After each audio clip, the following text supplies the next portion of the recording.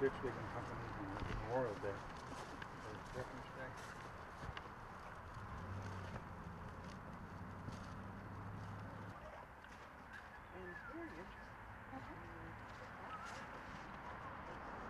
On this Armistice Day, we stop our busy lives and gather together to commemorate the 100th anniversary of the end of World War I, or as the generation that lived through it remember it as, the Great War. World War I did not initially involve the United States. In fact, we stayed neutral for the first 3 years of the war. Most Americans viewed the war as a power struggle between the great nations of Europe. President Woodrow Wilson shared this belief and understood that as a nation of immigrants, involvement in the war would threaten to tear the nation apart. But repeated violations of our neutral rights by Germany pushed America to join the fight over there in April 1917, with the hope that we were aiding the war to end all wars. Despite the brief 18 months of engagement, we remember with pride where Americans fought in France and Belgium. The U.S. Navy was critical in ensuring that food and supplies made it from North America to the soldiers and citizens of Western Europe.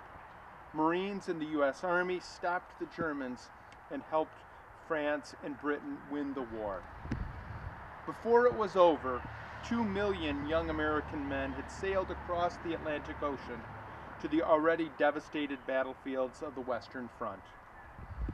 Like so many communities from Maine to California, Stafford, New York was determined to contribute to the war effort. 32 young men from Stafford would serve in the armed forces during the war, 26 in the Army, 3 each in the Navy and Marines. In a community of about 2,000 citizens, this reflects a high level of participation. So it's not surprising that a grateful community erected a war memorial that we stand in front of here today in 1923, so that future generations like ours would remember the contributions of these young men. In the year following the end of the war, President Woodrow Wilson declared November 11th Armistice Day. In making this declaration, President Wilson stated, "To us, in America, the reflections of Armistice Day will be filled with solemn pride in the heroism of those who died in the country's service, and with gratitude for the victory, both because of the thing from which it has freed us, and because of the opportunity it has given America to show her sympathy with peace and justice." That is why it is right for us to remember this morning the soldiers, sailors, and Marines of the Great War, and especially those from Stafford, New York, who fought for our liberties and the ideals of peace. May they rest in peace.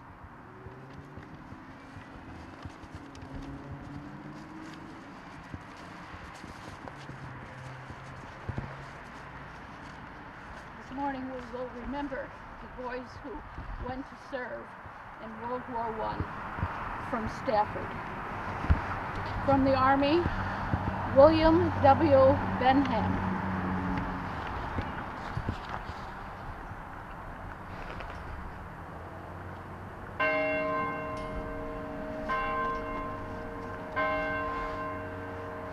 Michael A. Kayachi. J. William Darch. Philip A. Deskechi, J. N. Empey, Leo Gagel, Grant H. Harper,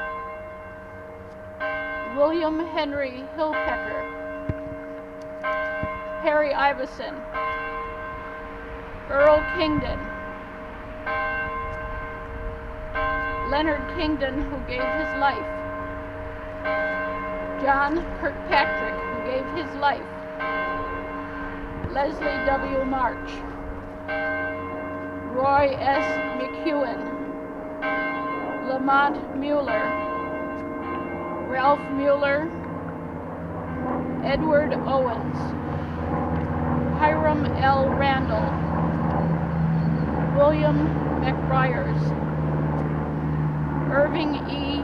Schwab, Alfred J. Stoneman, James C. Underhill, J. Stanley Weller, Claude W. William, Hereford S.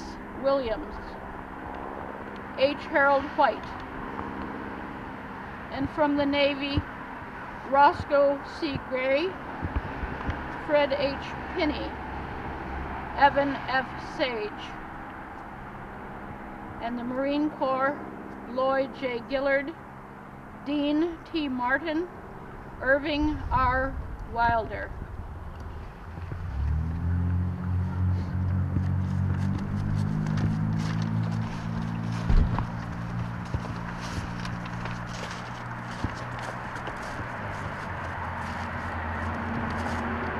In Flanders Fields by John McCrae. In Flanders Fields the poppies blow between the crosses, row on row, that mark our place, and in the sky the larks, still bravely singing, fly, scarce heard amid the guns below. We are the dead. Short days ago we lived, felt dawn, saw sunset glow, loved and were loved, and now we lie in Flanders Fields. Take up our quarrel with the foe. To you from failing hands we throw the torch. Be yours to hold it high. If ye break faith with us who die, we shall not sleep, though poppies grow in Flanders Field.